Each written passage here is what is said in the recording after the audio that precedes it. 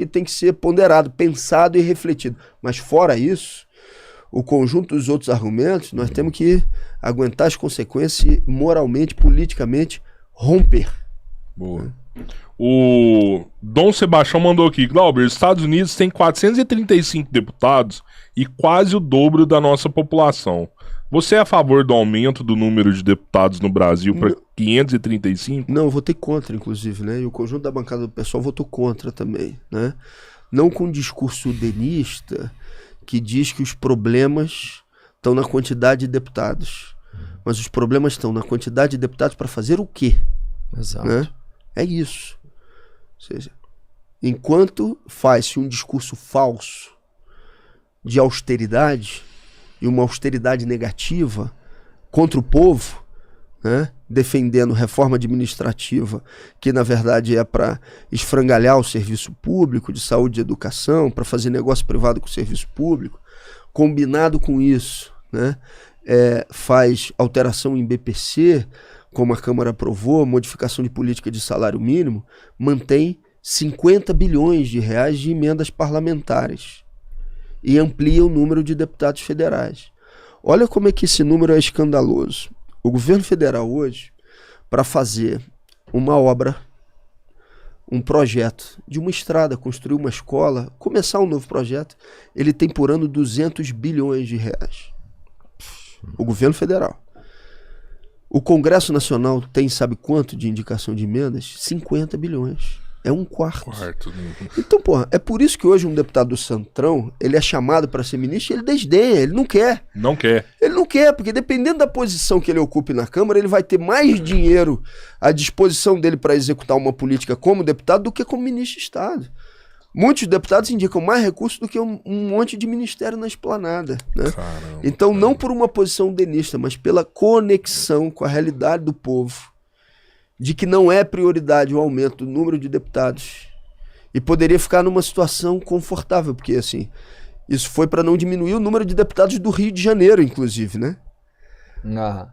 Nessa negociação era para aumentar o que o Supremo mandou sem diminuir de outros.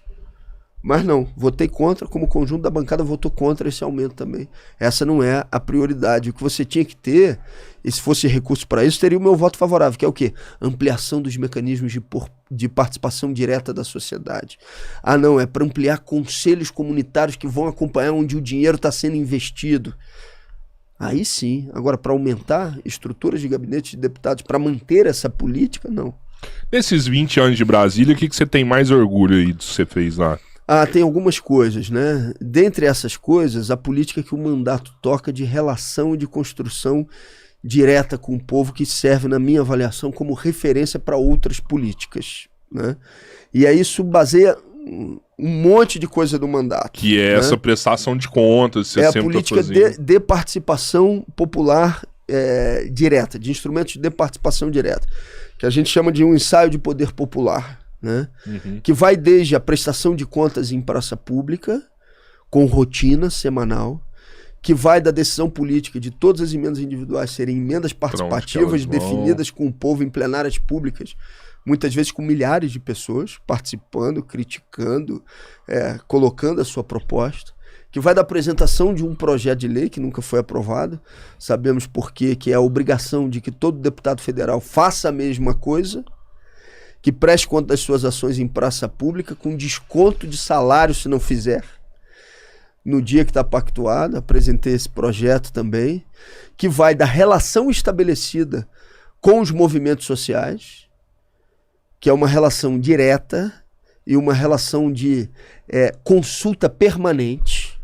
A Samia trabalha da mesma forma também? Né? Com características próprias do mandato dela, né? Um mandato que tem uma linha de orientação feminista, né?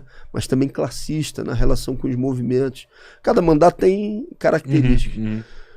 Mas, sim, então essa relação que priorizou a mobilização para fora do espaço parlamentar, organizando lutas políticas fora e utilizando o mandato para isso, é o que mais me orgulha. Foi exatamente essa minha transição, esse movimento daquilo que a gente chamou de um mandato que foi se radicalizando ao longo do tempo, né?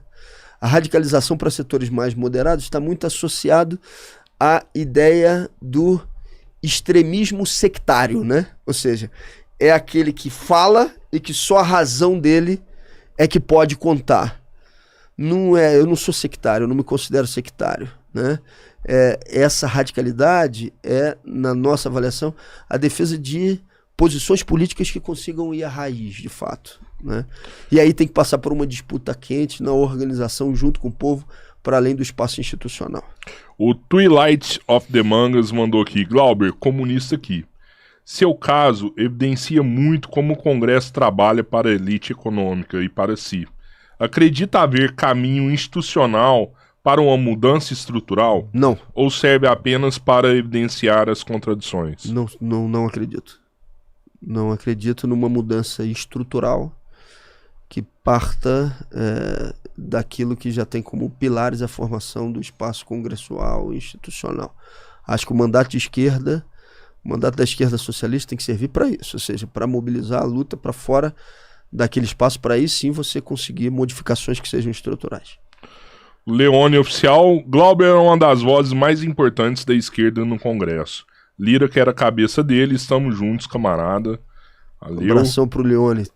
Leone participou com a gente do ato de solidariedade ao mandato em São Paulo também. Tenho muita admiração por ele e pelas posições políticas que ele defende. O ET Golfinho: o que você acha do arcabouço fiscal? Como o Brasil pode investir no SUS, na educação pública, soberania nacional e etc. com esse teto? Tem que revogar o arcabouço fiscal. Ele é um absurdo, né?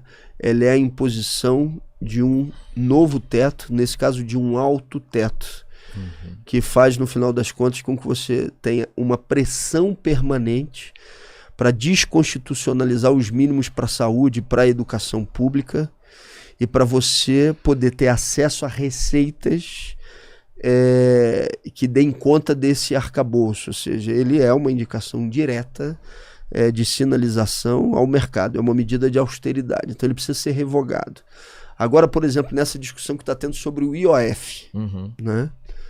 Primeiro, eu não sou daqueles que acham que a esquerda não deve pegar o que aconteceu com o IOF, ter aquilo como um exemplo político e ir para a ofensiva.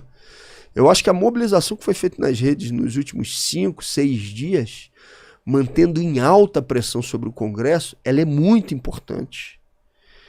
E mostrar essas mazelas de fora, como o mandato procura fazer de dentro, é um papel social relevantíssimo e que dá, inclusive, a possibilidade da gente não ficar nas cordas, né? A gente vai para a ofensiva. Então, acho que descaracterizar isso como se isso fosse algo pouco importante, não.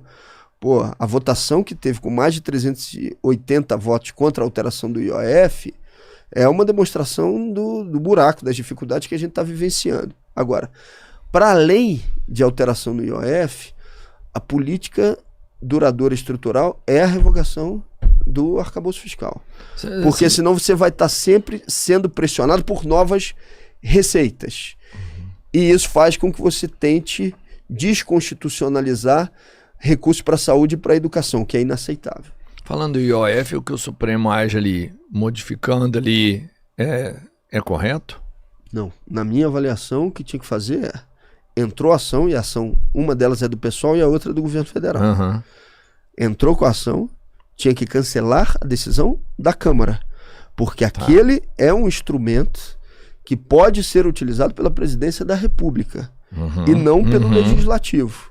Ou seja, quem tem exclusividade para a adoção daquele instrumento naquele caso específico é o governo federal e não o Congresso Nacional. Eu não acho que o papel do Supremo seja fazer uma mediação. Era julgar e revogar. Essa é a minha avaliação. Assim. Samuel comentou aqui, Samuel Sena: deputado, não adianta reclamar... Revogar a decisão da Câmara. Tá. Ou seja, essa, para não ficar dúvida. Desculpa. O Samuel mandou aqui: deputado, não adianta reclamar de perseguição se você defende o STF. Censura e prisões por crime de opinião ou expressão. Supremo é o povo. Quer falar alguma coisa sobre isso? Samuel, você está tratando de uma falsa equivalência, viu, Samuel? Uma falsa equivalência. Ou seja, eu não tentei dar golpe de Estado.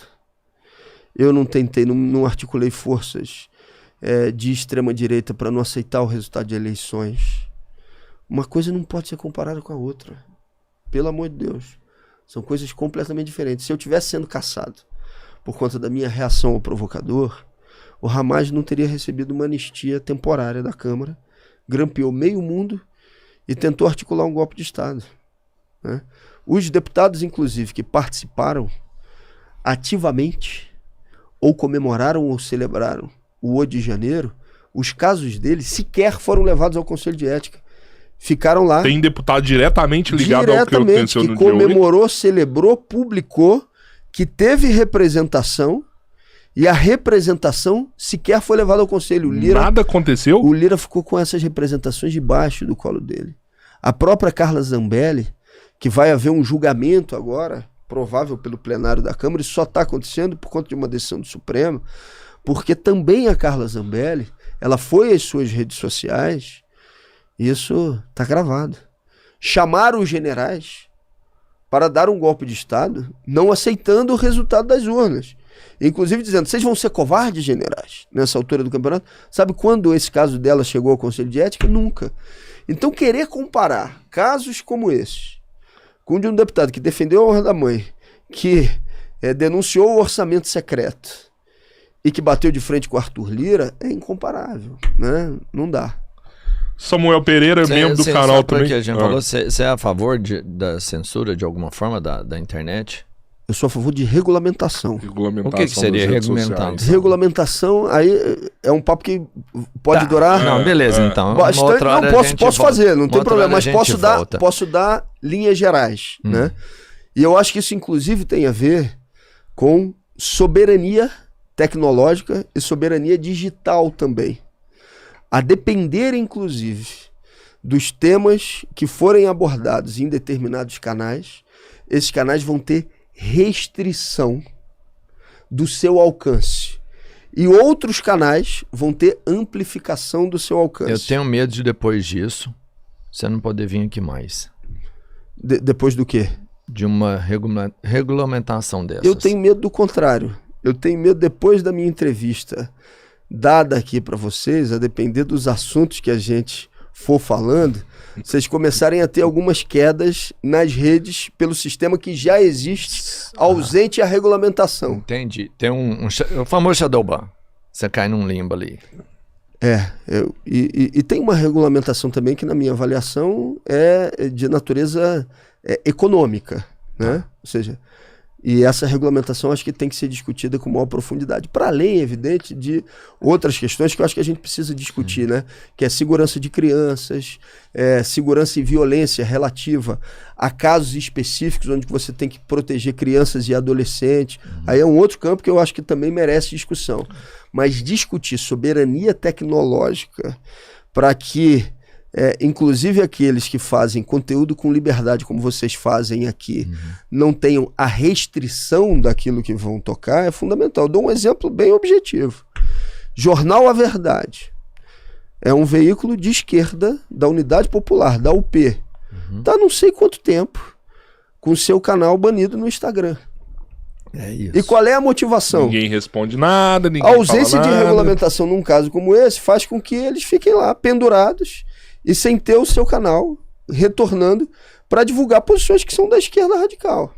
Estou citando um exemplo. Eu vou dar até outro exemplo aqui importantíssimo, né? Recente a gente viu um canal no YouTube onde o cara postou um vídeo que deu 50 mil visualizações e o YouTube entregou esse vídeo para 200 mil pessoas.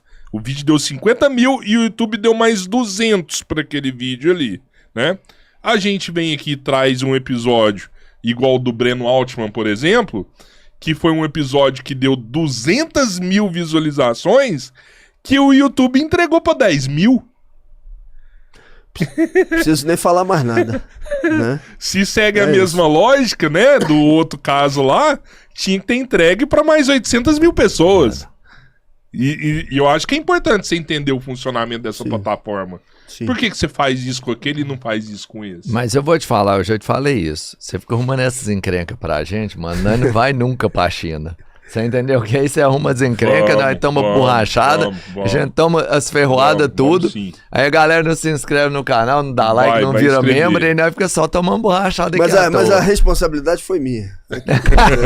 A gente tem um combinado, Glauber. O canal bateu 400 mil inscritos ontem, né?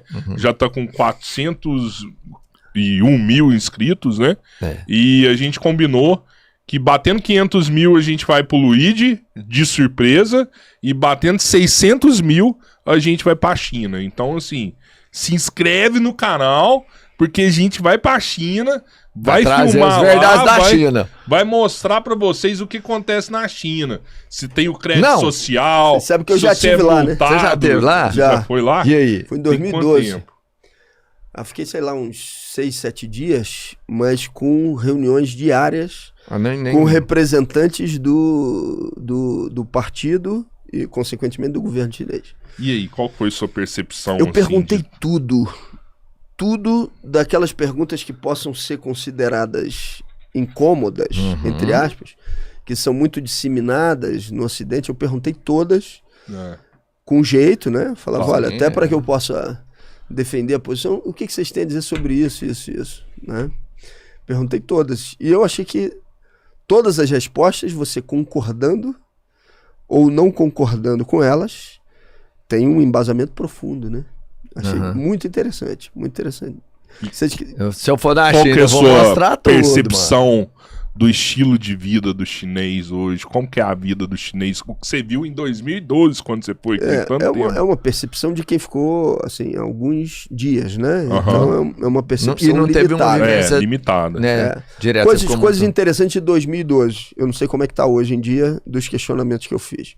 Primeiro, evidentemente, você vai chegar e as grandes marcas estão presentes na rua, no cotidiano. As multinacionais estão presentes nas lojas, centros comerciais e urbanos que estão presentes nos mais variados locais do mundo. No entanto, né, quando a gente visitava, por exemplo, grandes empresas siderúrgicas, né, Estado, governo chinês, é na mão deles. É deles. Outra coisa importante. Terra. Visitamos também fazendas, espaços de produção. É uma terra que é do Estado. Né? O familiar, ele pode continuar. Se o pai faleceu, pode. Ele pode continuar cultivando ali. Né? Mas ele não pode vender. Né? Em 2012 assim era. Então, mas ele consegue viver daquela terra. Consegue viver da terra e consegue, por exemplo, se o filho continuar e quiser, ele consegue, mas ele não consegue transferir para terceiro, obtendo lucro com a venda de terra. E o Estado chinês dava recursos para ele produzir naquela terra? Dava, é claro que eu estava fazendo uma visita oficial rápido, e as respostas oficiais seriam, evidentemente, voltadas para demonstração de aspectos que são positivos. Mas também é fato que eles falam dos aspectos que podem ser considerados negativos. Isso eu achei interessante. Por exemplo, a resposta que eles me deram quando as denúncias que tem internacionais o tempo inteiro falando em trabalho escravo. A resposta deles foi: temos, lutamos para combater e tomamos essas e essas e essas medidas para que não aconteçam. Tinha um plano já em execução. Essa era uma resposta muito parecida que uma autoridade brasileira, se questionado fosse, daria, né? Foi a resposta dada, ou seja, não há uma negativa de que exista. Ou seja, existe. Né? No entanto, as medidas que nós estamos adotando para que não aconteça são essas. Essa foi a resposta. Alguma outra resposta que tenha sido... chama muita atenção o processo de planejamento urbano, né? Ou seja, isso eu imagino que ela é foda, né, forte. Mano? Aqui nesse espaço não tem uma cidade, vai ter uma cidade com isso em tantos anos, com tantas pessoas que vão vir do campo e que essa cidade vai ser estruturada a partir daqui. E ela vai atender isso aqui, aquilo lá e aquilo lá, e vai dar tudo certo. Um processo de planejamento de muitos anos. Você acredita que o governo Lula tinha que se posicionar melhor assim, em relação ao BRICS? Se aproximar mais? Eu acho que está se aproximando, né? Nesse caso em específico, o que né? Tá acontecendo? Eu, por exemplo, sou contra determinadas posições que o governo teve, por exemplo, de brecar a entrada de determinados membros, como por exemplo no caso que aconteceu com a Venezuela. Adesão a instrumento multilateral, ela não se faz por discordância política eventual ou até discordância mais estruturada, se essa fosse a posição do caso do governo brasileiro. Porque se fosse assim, nenhum dos países que estão lá compondo, né, se fosse por uma defesa dos regimes ou dos governos, eventualmente, você não estabeleceria relações como estabelece com boa parte dos países que hoje formam. Então, acho que, apesar de ter críticas a determinadas movimentações que foram feitas, eu acho que tem procurado estabelecer relações. Eu não consigo te identificar, nesse momento, um corpo mole nessa aproximação por parte do governo brasileiro. Acho que tem sido dado a prioridade nos limites que o governo tem, né? Agora, eu não sou um especialista nessas relações, evidentemente outros companheiros que já foram ouvidos por vocês aqui, que serão ouvidos, sim, vão ter capacidade política com muito mais profundidade para dar uma resposta boa a esse seu questionamento. Ó, tô acabando os superchats aqui, tá? O Samuel Pereira mandou aqui: boa noite, camaradas. Comecei a me radicalizar recentemente, 2021. Estava assistindo o documentário do golpe de 2016 e vi teu ótimo discurso no voto. Fica, Glauber. Vamos para 2026 com radicalismo. É Samuel também? Samuel. Samuel também. Um abraço, Samuel. Obrigado. O Beto Comuna mandou aqui também: o pessoal Maricá, Rio de Janeiro, está com o deputado mais combativo e independente do Brasil, Glauber Braga. Nosso amigo é um companheirão. Um abraço para ele e todo mundo aí do pessoal de Maricá. O Cauê Vidal fez um comentário aqui falando que as pessoas que hoje defendem o fim do que acontece em Gaza, né? Na maioria das vezes tem um discurso antissemita. O que você acredita? O que você pode falar sobre isso? Tem nada a ver, né? Ou seja, essa é a forma de constranger aqueles e aquelas que fazem a crítica pública ao genocídio praticado pelo Estado de Israel e que tem uma posição de crítica ao sionismo. Ou seja, não dá para misturar as duas coisas, né? Isso é uma forma de constrangimento, inclusive de assediar muitas vezes judicialmente, para que as pessoas não critiquem o que está acontecendo e o que aconteceu ao longo dos anos. O fato é a fundação de um Estado onde tinham lá pessoas morando.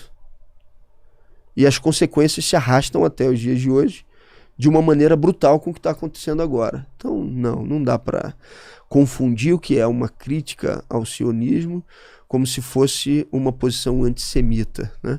Mas quem pode falar melhor sobre isso, inclusive, vocês já entrevistaram, que é o Breno Altman, né? Sensacional. Que é judeu. Um grande episódio com o Breno Altman e aconselho aí vocês assistirem ele. Pô, Glauber, é isso, cara. Obrigado. Obrigado a vocês. Sensacional a conversa. Passou rápido aí.